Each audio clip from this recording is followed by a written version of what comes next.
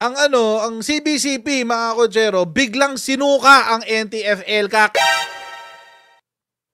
Kasi naman, ito ho yung ulit-ulit ko nang sinasabi at sana po makarating sa kinauukulan to. Kung ayaw ng unity, wag nyo nang pilitin. Kung ayaw ng unity, wag nyo nang pilitin. Maawa tayo sa sarili natin. At napapahiya lang tayo. Di ba? CBCP Commission joins NTF-ELCAC. What? Ay, my goodness. Diyos ko, nakakagulat to, no? Gulat ako dito, promise. Hindi ko in-expect. Kaya nga napagawa ako ng hiwalay na content kanina sa Facebook. Pinost ko pa kasi nga, syempre. Malay ko ba kung may good faith, di ba? May problema, wala palang good faith. Hindi pala uso. Hindi pala uso ang good faith, guys, sa CBCP. My goodness. Ay, ano ba yun? Hindi pala uso ang good faith sa CBCP, guys. I thought wrong. Basahin natin yung balita. CBCP Commission joins NTF-ELCAC. Yun yung balita kanina. CBCP President says religious body evaluating participation of... hindi, iba pa to. In-update na nila yung balita. Kasi wala ito kanina. O 9:19 PM. In-update nga. Wala pa yan kanina eh. Anyway. Ano ba kasing naganap? Ito. A CBCP Commission has joined the NTF-ELCAC. Okay? NTF-ELCAC Executive Director Yusek Ernesto Torres said that the executive committee approved to have a member from the religious sector as one of the private sector representatives. Okay, kasama nga dyan, si CBCP Commission, sila Bishop Reynaldo Evangelista, at ang kanyang alternate na si Father Jerome Ceciliano. Okay, from the Episcopal Commission on Public Affairs. Tapos when offered to be a member, CBCP accepted warmly. Yun yung sinabi ng NTF-ELCAC kanina yan. Take note ha. Take note. Sinabi accepted warmly. So, bago nag-react dyan ang CBCP, lumabas muna tong balita na to. Hindi ko na isama. Pasensya na. Okay. Tagal. Bagal ni Converge. Converge! Converge! Bagal-bagal. Ayan. Against Catholic teachings daw ang pagsali sa NTF-ELCAC. Talaga tong mga NPA na to. Anong alam nyo sa Catholic teachings? Hindi nga kayo naniniwala sa Diyos eh. Anyway. Two youth groups daw expressed surprise and concern about the Catholic Bishops' Conference decision to join the government's Anti-Communist Insurgency Task Force. Two youth groups daw. Sino yung youth groups na yan? This is Student Christian Movement of the Philippines. Diyos ko, komunista pa talaga.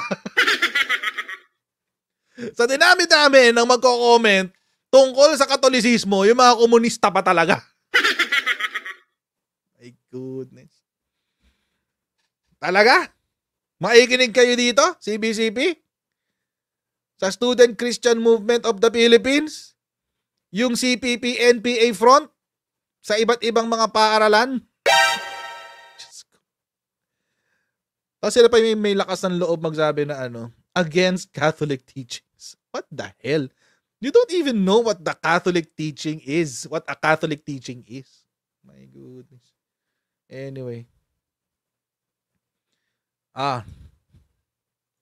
Given the news of CBCP said membership in the NTF-ELCAC, we warn against the devilish agenda of the NTF-ELCAC, especially with its habit of attacking religious leaders and community organizers who advocate for a democratic rights, such as right to land and livable wage, as way of manifesting our faith that does justice.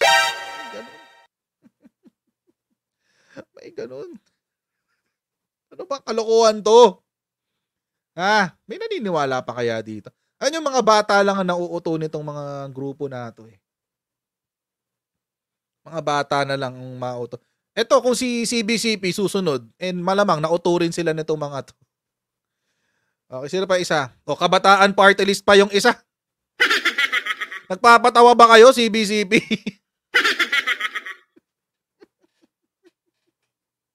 Talaga? Pinapakinggan nyo tong mga NPA na to? My goodness.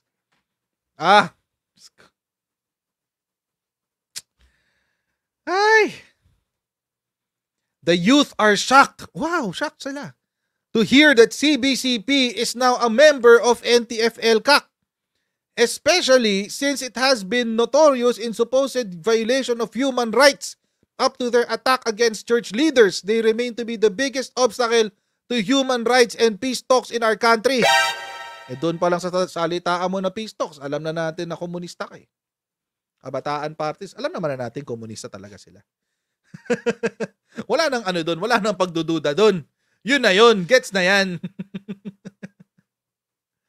My goodness. Alam nyo po mga kochero, ito hong dalawang group, ito specifically, si Student Christian something. Ito, si Student Christian Movement of the Philippines. Hindi po makakristyano yung mga yan. Hindi po makakristyano yung mga yan. They're teaching a different kind of Jesus. Iba hong Jesus ang tinuturo nila. Ang Jesus po na tinuturo nila, yung Jesus na aktivista. Wala akong Jesus na aktivista, guys. Ang tawag po dyan, liberation theology. Hanapin nyo po yung liberation theology. Basahin nyo po. Yun ang pinagbabasihan yan ng Student Christian Movement of the Philippines. Tinuturo nila na si Jesus ang pinakaunang aktivista. Siya daw ang pinakaunang rebelde. At kaya daw siya naging sugo sa mundo ay para ibagsak ang gobyerno ng Roma. Yun po yun. Yun po yun. Liberation theology po ang tawag dyan. Mali po yun. Wala akong ganong turo. At actually, nakakatawa kasi naririnig ko yan sa mga Catholic priests. Yun yung nakakalungkot dyan.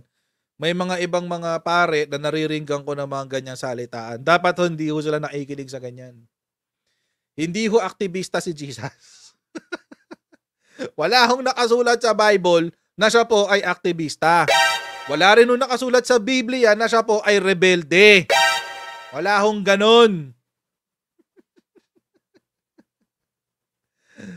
So yung Student Christian Movement of the Philippines na yan, kalokohan yan. Huwag kayong maniniwala dyan. At kapag yung mga anak nyo po, nagsabi sa inyo na, Ma, Pa, ako po ay sumali sa isang grupo merong org sa school na sinalihan ko po. Tanungin nyo po kung anong group at pag sinabi po nilang Student Christian Movement of the Philippines, paalisin nyo agad. Kasi CPP, NPA, NDF front yan. Actually, nasa NDF nga sila. Diba? Ganun ho yan. Kaya kapag ang ating mga kaparian ay nakinig dito sa dalawang grupo na to, Kabataan Party List at saka itong Student Christian Movement of the Philippines, alam na ho natin kung sino yung mga nakinig sa kanila. Malamang sila rin po yung mga pare na nasa RMP, Rural Missionaries of the Philippines. Diba? Kadiri. By the way, dalawa pala yung Rural Missionaries of the Philippines. Merong isang Rural Missionaries of the Philippines sa totoong missionaries talaga sila. Tapos merong isa na peke. Yun. Yung peke, yun yung CPP NPA front. Yan, yung yun eh. Dinahuli yun sa Mindanao yata, sa Tacloban. Tapos nangidnap sila ng mga bata, dinala sa Cebu. Yun, sila yun.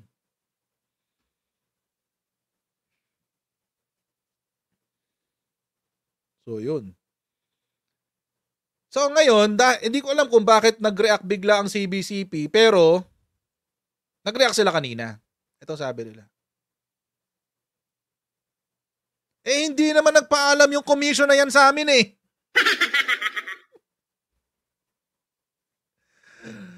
See? Need I say more? Need I say more? Kapag ayaw po sa inyo, eto na lang, sabihin po natin sa Marcos administration, and I hope you're listening. Kung ayaw po sa inyo, wag na po natin ipilit ang ating mga sarili. Kasi nabibigyan pa natin sila ng plataforma na ganito, na palabasin na parang tayo pa yung naghahabol sa kanila. Sabi, CBCP Commission did not seek clearance from leaders to join NTF-ELCAC. Yan. Sinabi ni Virgilio David. Supporter ng mga komunista yan, si Virgilio David. Natural, kukontra yan. Sabi niya,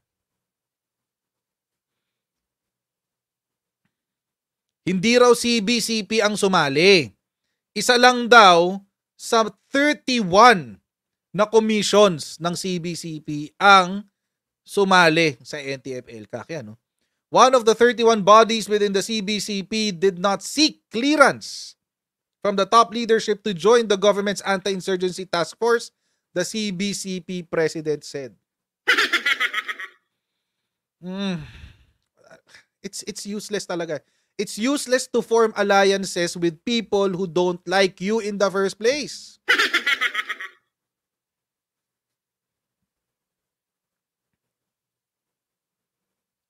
It was the CBCP Commission on Public Affairs, not CBCP, as the coordinating body of 88 active bishops that joined NTF-ELCAC. Okay, so sila lang daw yun, parang sinasabi ng CBCP. I presuppose that in all good faith, they didn't think it needed clearance from us in the Permanent Council because it was consistent with their mandate to dialogue with government agencies. Yun. So yung mga yung mga nag-reach out doon sa NTF-ELCAC, sila yung good faith. Sino yung bad faith? O di yung buong CBCP.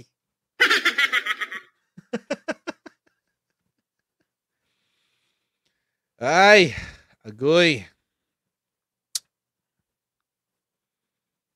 Ganun talaga.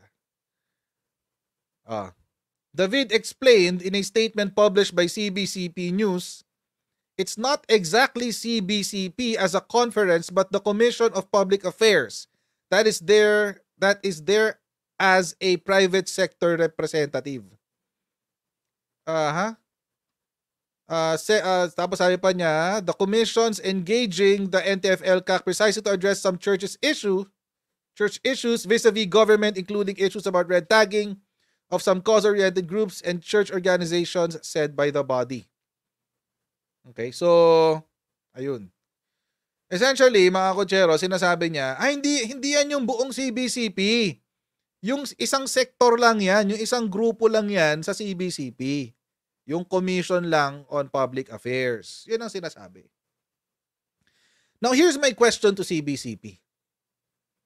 Is it necessarily bad that someone said na kayo po ay kasali sa kayo ay nakikiisa sa NTF-ELCAC?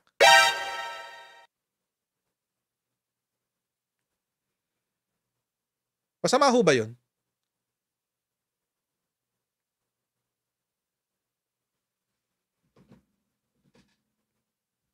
Kasi mga kotsero, ito lang naisip ko, no?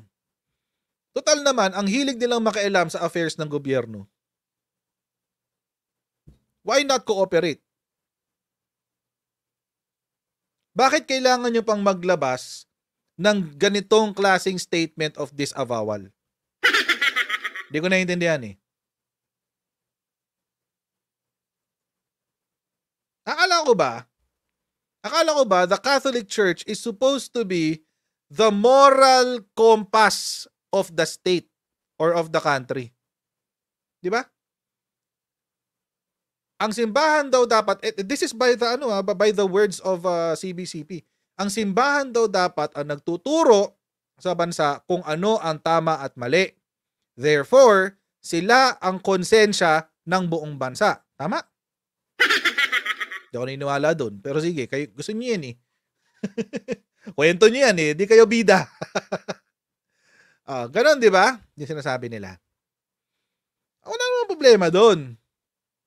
Nasaan ang problema? Sa mga ganitong ugali ng ating CBCP. Sa ganitong ugali ng CBCP.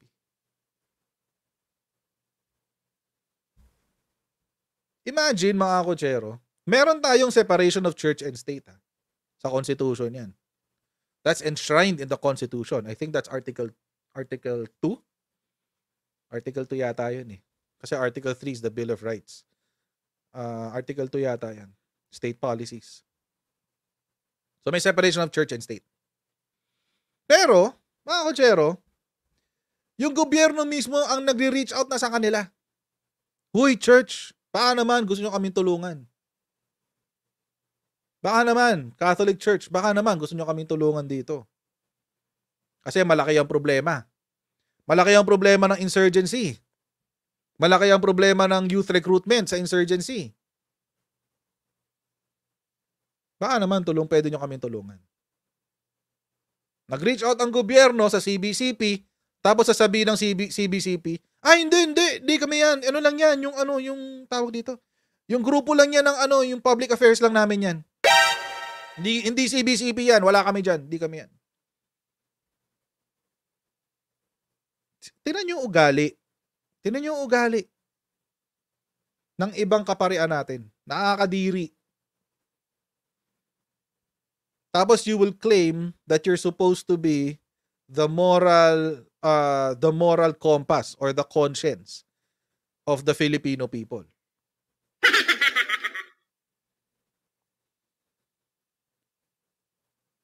Kaya nga mga kotsero, mas maganda, kung meron din lang naman tayong gagayahin, wag na si Father, diretso na tayo kay Kristo. Siya lang naman ang modelo natin. 'Di ba?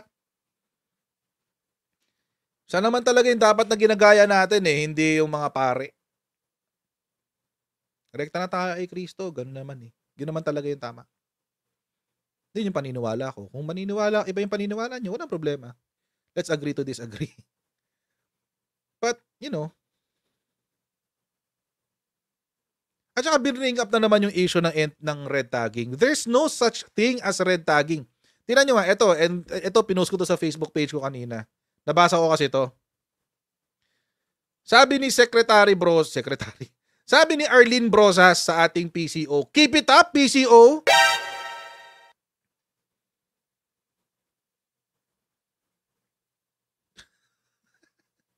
Argo, salamat sa super chat.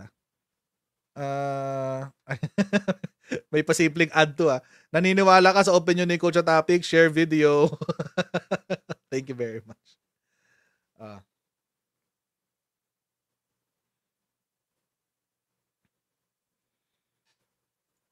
Sabi ko nga sa post ko kanina, kapag pinalakpakan ka na ni Arlene Brosas, hindi magandang pangitain yan. Pinalakpakan ka ni Arlene Brosas, hindi magandang pangitain yan.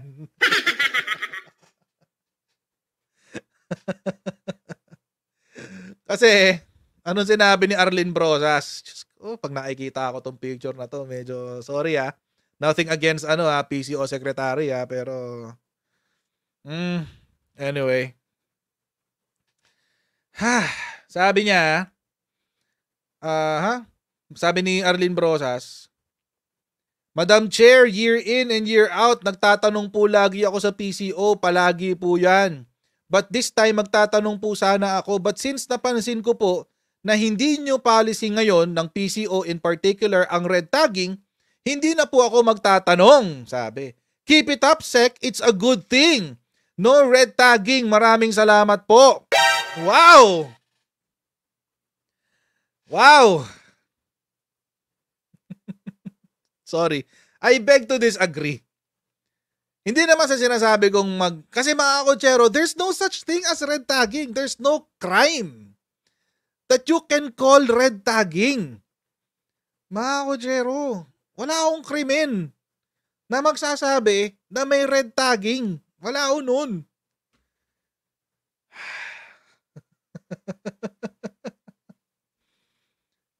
And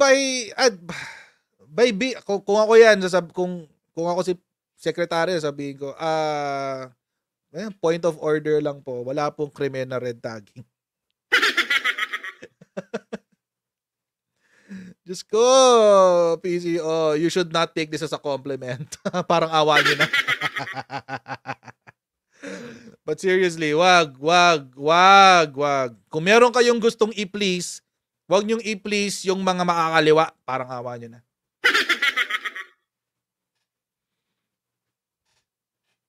Alam nyo po, wala akong krimen na red tagging. At kapag ang tinawag mong isang tao na merong koneksyon sa CPP, NPA, NDF, you're doing your country a very, very, very big favor.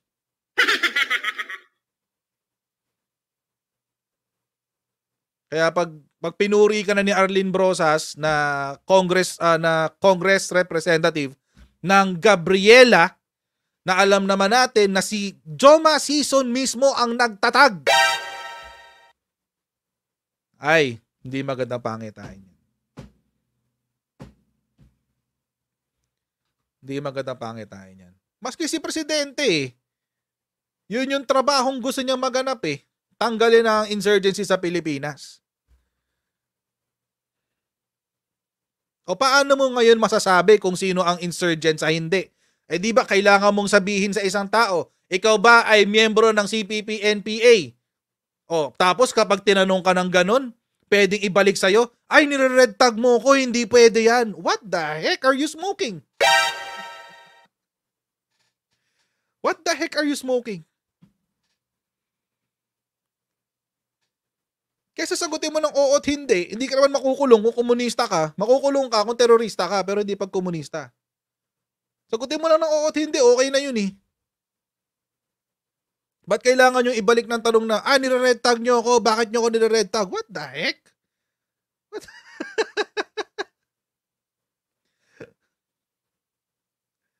Diba? So, sana you don't keep it up, PCO Secretary Cheloy Garafil. Please don't keep it up. Please don't. Kasi we need to identify kung sino po yung mga grupo, kung sino po yung mga tao na merong koneksyon sa CPP, NPA, NDF. Para maproteksyon na naman namin yung mga anak namin, maproteksyon na namin yung mga kapamilya namin, mapigilan namin sila kung kailangan namin silang pigilan. Kasi binring up dito yung red tagging . Hindi, kaya lang daw sila pumayag ang CBCP. Kaya lang daw sila pumayag na maipagtulungan sa NTF-ELCAC dahil gusto rin nilang itigil ang practice of red tagging. Unang-una nga, hindi krimen . Patunayan nyo muna kasi na krimen. Mag-file na kayo ng kaso at kapag merong nakatulan ng guilty, ikulong. Or kung gusto nyo, humingi kayo ng Supreme Court jurisprudence tungkol dyan. Kaso nga lang, wala . Naglabas ang Sandigan Bayan ng ruling. Sabi, hindi crime ang red tagging. Tapos ipipilit nyo na krimen.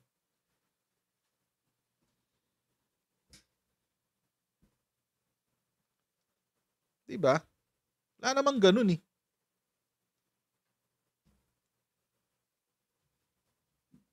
Anyway.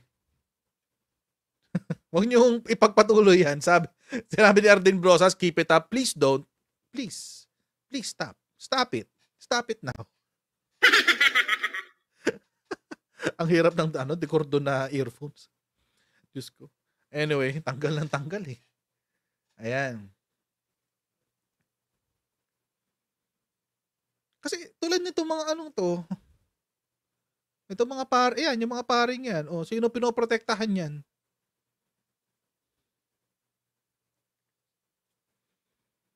Stop it. Get some help. Get some help. Stop it. Diba? Wag na una natin silang konsintihin, PCO. NTF-ELCAC, grabe. Medyo nagmagandang loob na nga ang ating gobyerno. Nagmagandang loob na gobyerno natin sa CBCP. Imagine mga kotsero, bago ho ito payagan, kailangan ho muna ng approval ni Presidente. Tapos syempre nandun yung VP niya, si VP Sara. Syempre magbibigay din ng approval yun. Diba? Tsaka yung isa pang vice chair, si Secretary Anyo. Imagine, bago umabot sa level ng pakikipagtulungan ang NTF-ELCAC sa CBCP, inaprubahan muna yan ng ating presidente, vice-presidente, secretary of ng NICA, ng ating what do you call this? National Security Advisor, di ba? Tsaka naman iba't iba pang ahensya sa DND, marami yan DSWD, etc. TESDA nga bago DOT kasama na rin, nagulat ako kanina. Nag-oath taking sila kasama ng DSW ang DENR tsaka DOT, nagulat ako. Kasama na pala sila sa laban sa insurgency. So, this is really mga kotsero, a whole of nation approach. At kaya po sinabi ni Presidente kanina, bakit importante na i-declare ang Palawan na insurgency free? Kasi mga kotsero, for tourism. Para ma-encourage po ang tourism sa Palawan. Saan ba yun? Ay, hindi sinulat dito yung sinabi ni Presidente. O yun, basta sa sa media interview na sinabi ni Presidente, importante daw na i-declare yung mga probinsya natin na insurgency free to promote tourism, which mga kotsero, tama ho yun. Kasi kapag walang pag may mga terorista dyan, syempre walang pupunta, natural. Kaya kailangan i-declare na insurgency free for tourism sake. Kasi pag wala na yung terorista, mas safe. Pag mas safe, mas maraming turistang pupunta. Mas maraming turistang pupunta, mas maraming pera para doon sa probinsya na yun. Ganun lang yung kasimple ang logic nun, mga kotsero. Kaya importante yan. Kaya ito pong sinabi ni Arlene Brosas, wag na ho natin to sundin. This is BS. Totoo lang, this is BS. My goodness. Sana po hindi makinig dyan ang ating PCO. Sana. Ay, nakadalawang topic na agad tayo. So yun po mga kotsero, sana po hindi pakinggan to ng ating PCO. Number 1. Number 2, CBCP, mahiya-hiya naman kayo. Totoo lang. CBCP, mahiya naman kayo. Parang awa nyo na. Mahiya kayo sa mga pinagsasabi nyo. Nag-e-effort na nga ang ating gobyerno na maipagtulungan sa lahat ng sektor dito sa Pilipinas para mapigilan ng insurgency. Tapos kayo, you will slap the hand of friendship? Kapal ng mukha ng CBCP. Ayan mga kotsero, maraming salamat sa panonood ngayong gabi.